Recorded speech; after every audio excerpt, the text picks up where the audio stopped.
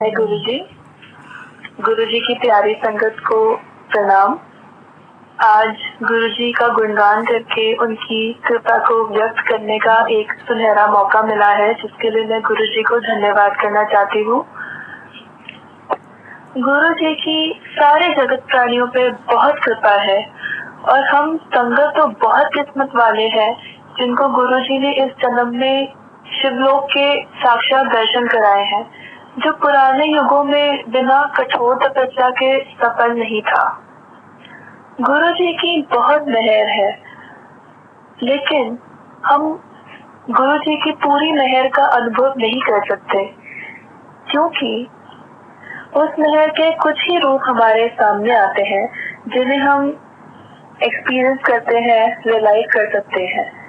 लेकिन बाकी जो वो अपने ऊपर बिन बताए हमारे कष्ट ले लेते हैं, उनका ज्ञान हमें प्राप्त नहीं हो पाता।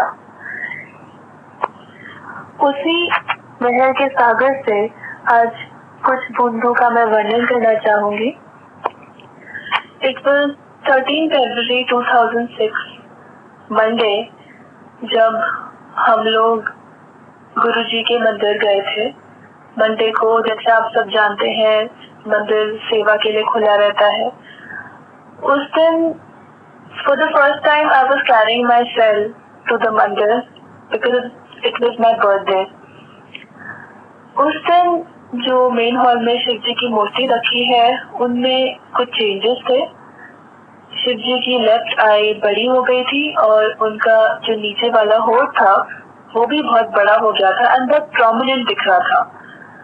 काफी संगत ने उनके दर्शन किए और फोटोग्राफ खींची। मैंने भी अपने फोन से 2 फोटोग्राफ खींची, एक उनके फेस की और एक पूरे शिव जी की। वो फोटोज मेरे सेल में काफी टाइम तक रही। उसी साल मार्च की बात है, it was 27 March 2006। Again it was a Monday. हम लोग मंदिर गए एंड सेवा करके जब शाम को वापस निकलने का टाइम आया, तो माली भैया जो थे उन्होंने आके बताया कि गुरुजी अब मंदिर आएंगे रात को, तो आप सबसे निवेदन है कि आप अपने घर चले जाइए। तो हम सब घर आ गए एंड रात को जब सोने का टाइम आया तो I was lying on my bed and somehow I was still in the मंदिर। I was thinking कि गुरुजी मंदिर में होंगे इस समय और काश हम लोग भी मंदिर में होते एंड गुरुजी के दर्शन कर रहे होते। I don't know what came to my mind. I suddenly opened my mobile and जो मैंने फरवरी में शिव जी की फोटोग्राफ खींची थी वो मैंने खोल ली and the lights of my room were off. It was complete darkness and I usually wear specs, and that day I was just lying on my bed. I didn't do an effort to pick up my spectacles and watch the photo in my cell. I just glared at it and kept seeing it and remembering Guruji. Suddenly गुरुजी की आवाज आती है कि photo देखते रहे, देख कुछ होता है, कुछ होएगा। आई मीन सो मैं देखती रही। 5 मिनट हो गए, कुछ नहीं हुआ। जब मैंने फोटोग्राफ को नीचे की तरफ स्क्रॉल किया तो मैंने देखा कि जो शिव जी के गले के नीचे जो एक सर्कुलर एरिया था वो रेड हो गया था and I got very scared. मेरी हार्ट बीट तेज हो गई, मेरा मेरा बीपी हाई हो गया एंड आई वाज कंफ्यूज कि ये क्या हो रहा है। तो मैं एकदम बैठ गई, मैंने लाइट ऑन नहीं करी बट मैं अपने बेड पे बैठ गई and I asked Guruji in my mind कि गुरुजी कुछ होएगा तो नहीं। तो गुरुजी बोले कि नहीं, कुछ नहीं होएगा, बस फोटोग्राफ देखती रहे। The process went on for 2 hours. I was sitting on my bed. Somehow I got an indication कि लाइट नहीं जलानी है और ऐसे ही बैठे रहना है, स्पेक्टिकल्स भी नहीं लगाने हैं। एंड उस 2 घंटे में शिव जी की मूर्ति में से रंग निकलने शुरू हो गए। गुरुजी का जो फेस था वो कहीं से पिंक हो गया, कहीं से ग्रीन हो गया, जो ऊपर जटाएं है वहां पे ब्लू हो गया, जो गुरुजी के गले में सर्प है वो उनकी आईज भी ब्लू हो गई। आई मीन ऐसा लग रहा था ओवरऑल कि पूरी शिव जी की मूर्ति के साथ किसी ने होली खेली हो। एंड अगर आप जिसको स्पेक्स लगे हो, अगर वो बिना स्पेक्टिकल्स के बहुत देर तक टीवी देखे या मोबाइल पे देखे तो स्ट्रेन पड़ता है, but I was as fresh as anything. कुछ स्ट्रेन नहीं पड़ा मुझे 2 घंटे, कुछ भी नहीं हुआ। I just kept looking at my phone और अपने आप कलर्स निकले जा रहे थे। वो कलर्स फोन के बाहर नहीं आए बट वो शिव जी की मूर्ति में ही रहे। सुबह हुई, आई गॉट अप एट 7। मम्मा पापा को मैंने नीचे जाके बताया कि ये देखो मेरे फोन में आज गुरुजी ने क्या चमत्कार दिखाया है। They all had darshans of it. And उसके बाद उस समय हम ज्यादा किसी संगत को जानते नहीं थे, किसी से इतना इंटरेक्शन नहीं होता था मंदिर में। So I really didn't know what to do. मैं कैसे संगत को दिखाऊंगी कितना बड़ा चमत्कार हुआ है ये। उस हफ्ते हम लोग फ्राइडे को मंदिर गए गुरुजी के एम्पायर स्टेट। मैं पर्पसली अपना फोन मंदिर लेके गई कि संगत को दिखाऊंगी जो गुरुजी ने चमत्कार दिखाया है, बट किसी को जानते नहीं थे। एंड वहां पे सब इतना शांत माहौल होता था कि कुछ समझ ही नहीं आया कैसे दिखाओ सबको। जब लंगर के बाद बाहर हाथ धोने की बारी आई तो हम बाहर गए, तो गेट के बगल में देवर 3 संगत मेंबर्स, उनको फिर मैंने निकाल के अपना मोबाइल दिखाया कि ये देखिए कल रात को गुरुजी ने क्या चमत्कार दिखाया। देवर ऑल्सो शॉक्ड कि ये मूर्ति एकदम कलरफुल कैसे हो गई। एंड उसके बाद द वेरी नेक्स्ट डे मेरा फोन खराब हो गया, सारी फोटोज चली गई, everything was lost. I mean वो दर्शन कुछ ही संगत को दर्शन देने के लिए गुरुजी की आज्ञा होगी, उसके बाद मेरा सेल ही बंद हो गया था। That was the first divine darshan I had of Guruji. Those days I was in college. I was pursuing my bachelor's in economics from Metric College. उन दिनों I was in the process of learning the divine rules. जैसे गुरुजी कहते थे कोई logic नहीं लगाना है और अपनी अंदर की आवाज को सुनो, जो गुरुजी कहते थे मैं हमेशा टेलीपैथी में होता हूँ। एंड गुरुजी से कभी कोई क्वेश्चन नहीं करना, बस उन्हें ब्लाइंडली फॉलो करते रहना है। सो उन्हीं दिनों की बात थी, मेरे कॉलेज में एक प्रेजेंटेशन रखी गई थी। हमें टीचर ने 10 सब्जेक्ट्स दिए थे एंड उन 10 टॉपिक्स को हमें प्रिपेयर करके आना था। एंड द प्रोसेस वाज कि जब आपकी प्रेजेंटेशन होएगी so there will be 10 sheets each containing one topic, and when your turn comes you have to pick one of the sheets and speak on that. And however, if you're not comfortable with your choice you have got, then you have one chance of changing the topic by picking another sheet. Beyond that your marks will be cut. So in the morning मैं घर से निकली, मैं बस में थी, I was going to my college, और मैं सारे टॉपिक्स को रिवाइज कर रही थी कि प्रेजेंटेशन है तो ऑब्वियसली आई डिडंट नो कि कौन सा टॉपिक आएगा, so I was preparing for each one of them. There was a particular topic जिसको मैं पढ़ रही थी, उसी टाइम गुरुजी बोले टेलीपैथी में कि ये पढ़ ले यही आएगा। बट जो हमारा लॉजिकल माइंड होता है वो सुनने को तैयार नहीं होता कि ऐसे कैसे 9 टॉपिक्स में कैसे छोड़ दूं एक टॉपिक के लिए, और क्या पता कोई और टॉपिक आ गया तो द डाउट नेवर एंड्स। तो मैंने वो टॉपिक अच्छे से पढ़ा जो गुरुजी ने मुझे कहा था, बट मैंने बाकी के टॉपिक्स भी नहीं छोड़े कि क्या पता अगर वो आ गए तो मैं क्या करूंगी। You know that complete faith was not there on my inner voice. जब मेरी टर्न आई कॉलेज में, I picked up the chit and क्योंकि गुरुजी ने मुझे रियलाइज कराना था, कुछ सिखाना था, कोई और टॉपिक आया कॉन्ट्रेरी टू जो गुरुजी ने मुझे कहा था कि ये टॉपिक आएगा.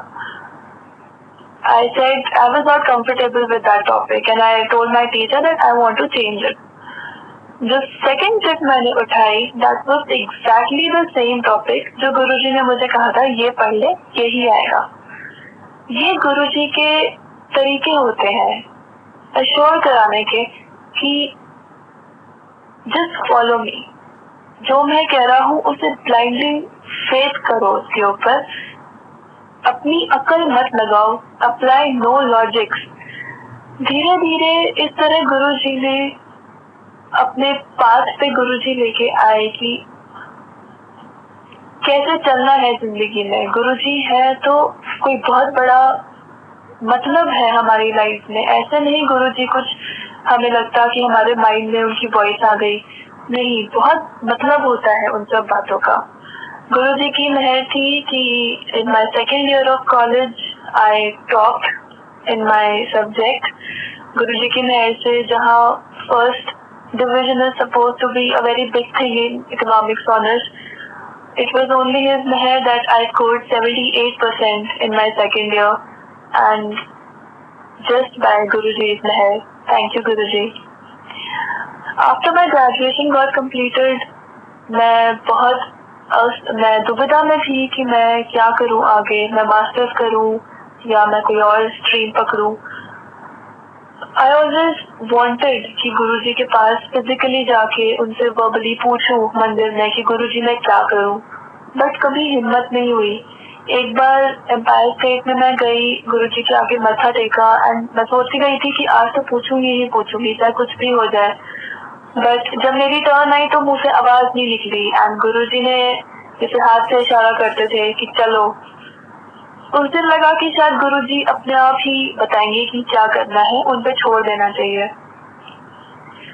उसके बाद 2007 में जैसे सब जानते हैं गुरुजी की समाधि हुई. After that I was clueless कि मैं क्या करूं. अब गुरुजी फिजिकली भी प्रेजेंट नहीं है तो उनका आदेश कैसे आएगा. Then one day I had a dream कि गुरुजी एम्पायर स्टेट में अपनी गद्दी के ऊपर बैठे हैं और जैसा मैं उनसे पूछना चाहती थी सेम वही प्रोसेस गुरुजी ने मुझे दिखाया कि गुरुजी गद्दी पे है. मैं गुरुजी के पास गई हूँ, मैं उनसे पूछती हूँ कि गुरुजी मैं एमए करूँ या क्या करूँ, तो गुरुजी बोले एमए कर ले. The order was clear, I had to do my masters. लेकिन 2007 में मैं जितने भी एंट्रेंसेस में अपीयर हुई मेरा कहीं क्लियर नहीं हुआ. अब क्योंकि गुरुजी ने कहा था कि मास्टर्स करनी है, उनकी आज्ञा का तो उल्लंघन नहीं किया जा सकता. I decided to drop a year. पूरा साल ड्रॉप करने के बाद I was supposed to appear in another round of entrances. इसी बीच around January one day I went to Empire State with my family.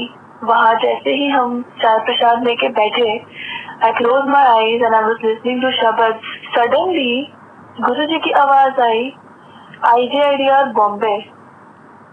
And I opened my eyes and I was wondering कि ये क्या हो गया. I knew there was one college called IJIDR in Bombay, which is a premier institute for development economics. But इतना कभी ध्यान नहीं दिया उसके ऊपर since it was outside Delhi.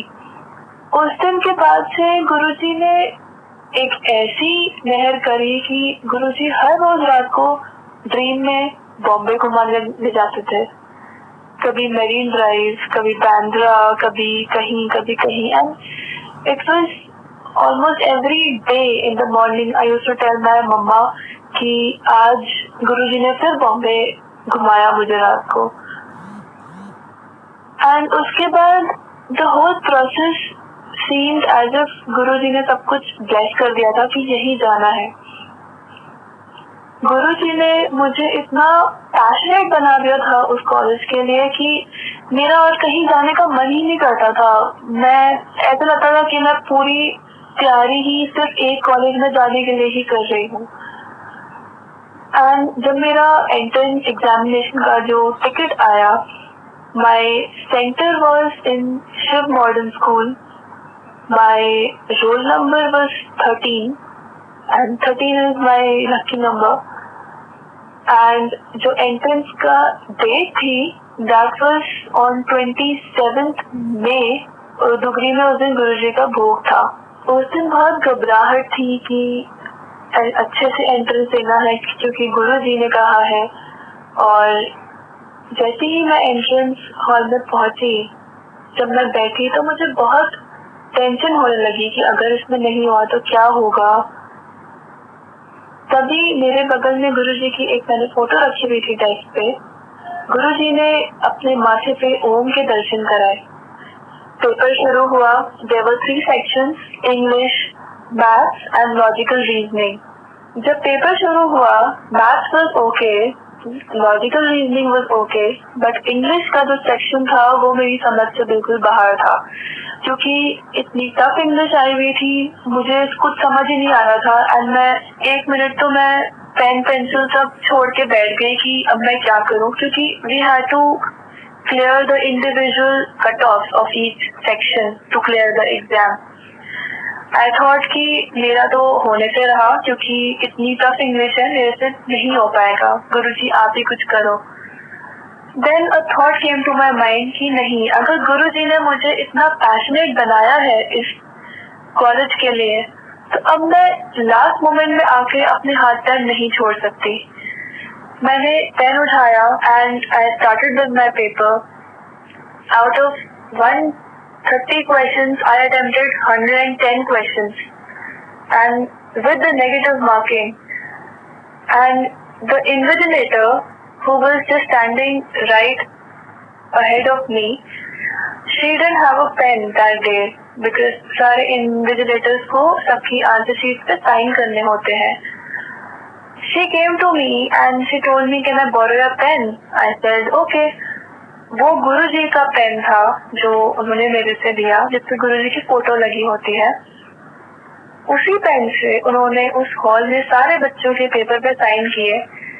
And when she came to my desk and when she was signing, ऐसा लगा कि गुरुजी कह रहे हैं कि अब तसल्ली मिल गई तेरे को, मेरे ही पेन से तेरे पेपर पे साइन हो गए तो तेरा एडमिशन हो जाएगा। I came out of the hall. Papa was waiting outside and he asked me कैसा हुआ paper. I said I don't know, मैंने अटेम्प्ट कर दिया है, बाकी सब गुरुजी के ऊपर है। After a month रिजल्ट आता है। Out of 112 students selected all over India, my name was on the 7th number, which is Guruji's number, and I was shocked कि ये कैसे हो गया। And the date of my interview for entrance was Excel on 7th July 2008, and I was completely shocked and overwhelmed कि गुरुजी आपने कितना bless कर दिया मेरा इंटरव्यू ऑलरेडी। जब मैं इंटरव्यू देने गई तो there were 3 panels and the one जिसमें मेरा नंबर आया, वहाँ पे जब मैं घुसी इंटरव्यू देने तो मुझे ऐसा लगा कि वो लोग मेरा ही वेट कर रहे थे कि इंटरव्यू लेना है। And I could answer there every question. Result आया, I got selected in the main list, all thanks to गुरुजी।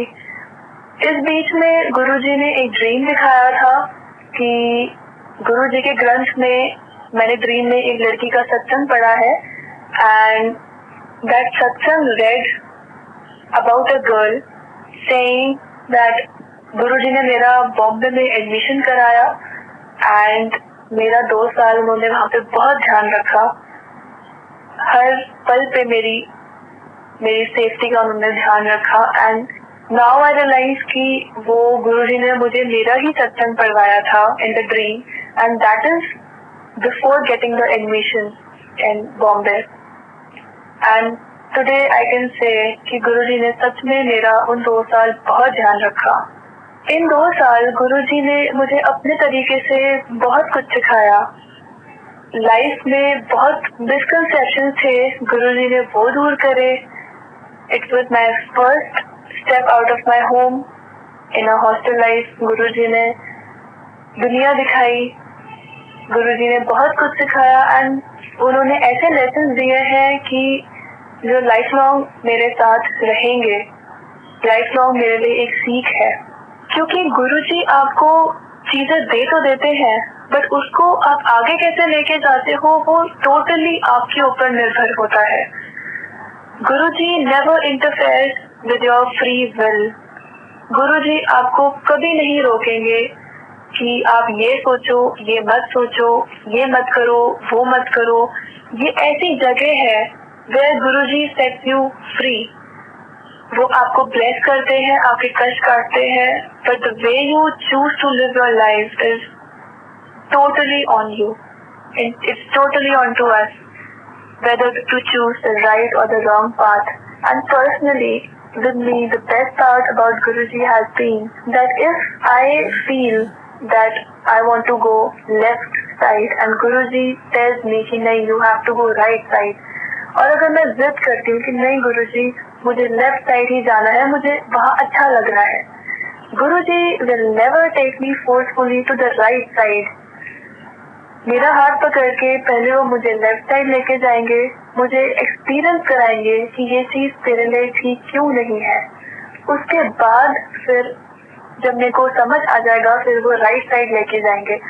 तो गुरुजी का process is full of making you realise about the situation. और जब तक हम सीखेंगे नहीं हमारे में ट्रांसफॉर्मेशन नहीं आएगा, और जब ट्रांसफॉर्मेशन नहीं आएगा तो कल्याण कैसे होगा, क्योंकि kalyan is all about the transformation you have in yourself and in your soul. At the end of my 2 years, there was a placement process held in our campus where there were companies set to come to recruit us. जब मेरे 3rd semester के exams खत्म हुए उसके just 1 दिन बाद ये process शुरू होना था। मैंने 1 महीना 1.5 महीना काफी तैयारी करी थी पूरे इंटरव्यू प्रोसेस की। जिस दिन मेरा इंटरव्यू था, the day I got off it was 15 December. I was very under confident. मैं एग्जाम्स की तैयारी कर करके बहुत थक भी गई थी and I was very under confident and I thought कि आज तो मेरा नहीं होएगा। It was day 0 of placement. बस मैंने सुबह उठ के गुरुजी की पूजा करी एंड आई टोल्ड हिम कि गुरुजी मुझे लग रहा है आज शायद मैं इस रूम में वापस किसी जॉब के ही आऊंगी। The first company which came to recruit was ICICI Bank. Throughout the group discussion, I was blank. I didn't say anything except for 1 or 2 sentences. And I thought कि मेरा selection interview के लिए तो होगा ही नहीं, तो there is no point.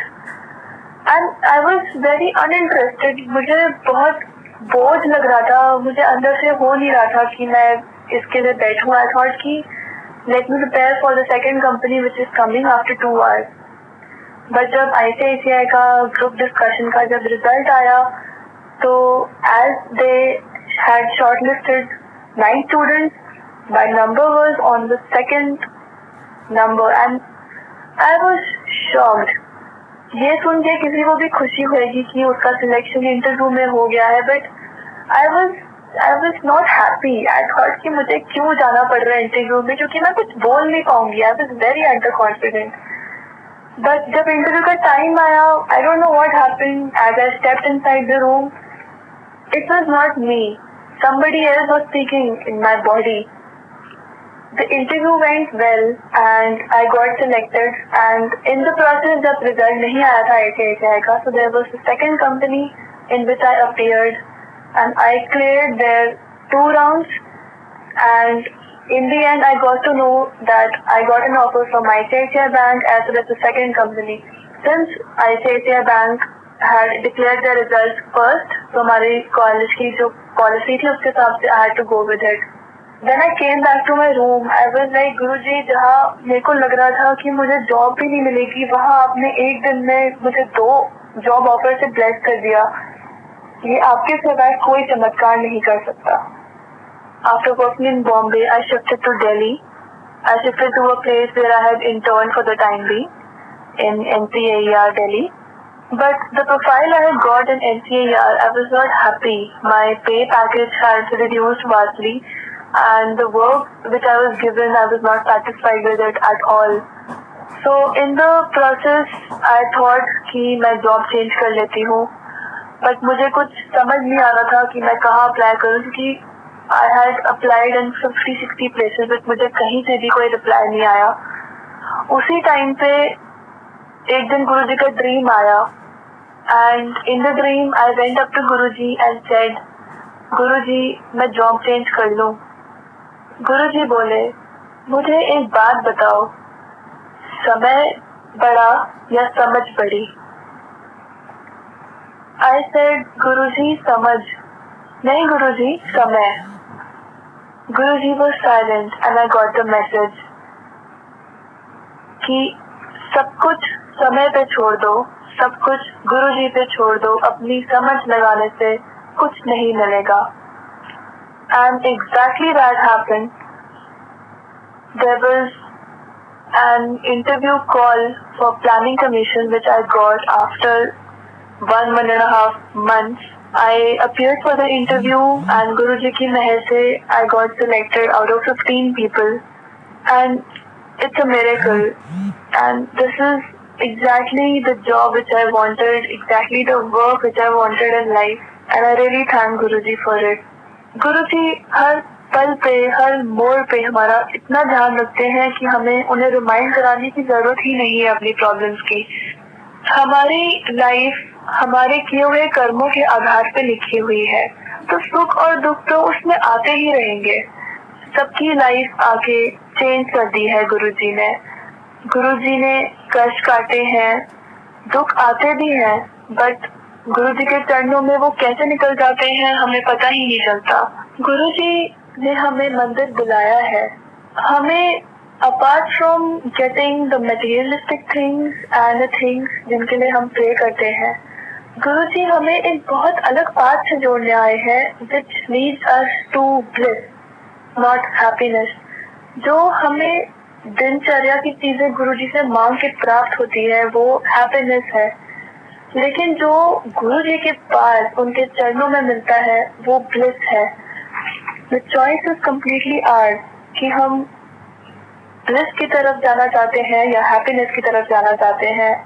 And the main motive is कि हम गुरुजी से जुड़े, उनकी सेवा करें. गुप्त दान, गुप्त जाप और गुप्त सेवा, यही हमारा एम होना चाहिए संगत में आके.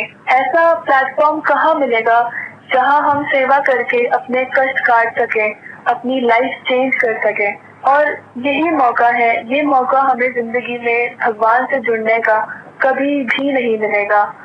इस मौके का पूरा फायदा उठाना चाहिए और जितना गुरुजी से आप जुड़ सके उतना जुड़े, जितना गुप्त पाठ कर सके उतना करें. रिसेंटली मुझे गुरुजी का एक ड्रीम आया था जिसमें गुरुजी ने 2 बातें कही, and I think this is for all the संगत. गुरुजी ने कहा, खुश रहना है तो दान करो, न्याय चाहिए तो भगवान को याद करो. And I think in this Kaliyug खुशी और न्याय, that means happiness and justice are the only things जिसके लिए हम इधर उधर भटकते रहते हैं, जो हमें इस कलयुग में नहीं मिलती आसानी से. गुरुजी ने उसका भी मार्ग दिखाया है. In the end I would just like to say, सब झूठ है, गुरुजी ही परम सच है. जय गुरुजी. शुक्राना तेरा शुक्राना, शुक्राना तेरा शुक्राना, शुक्राना तेरा शुक्राना.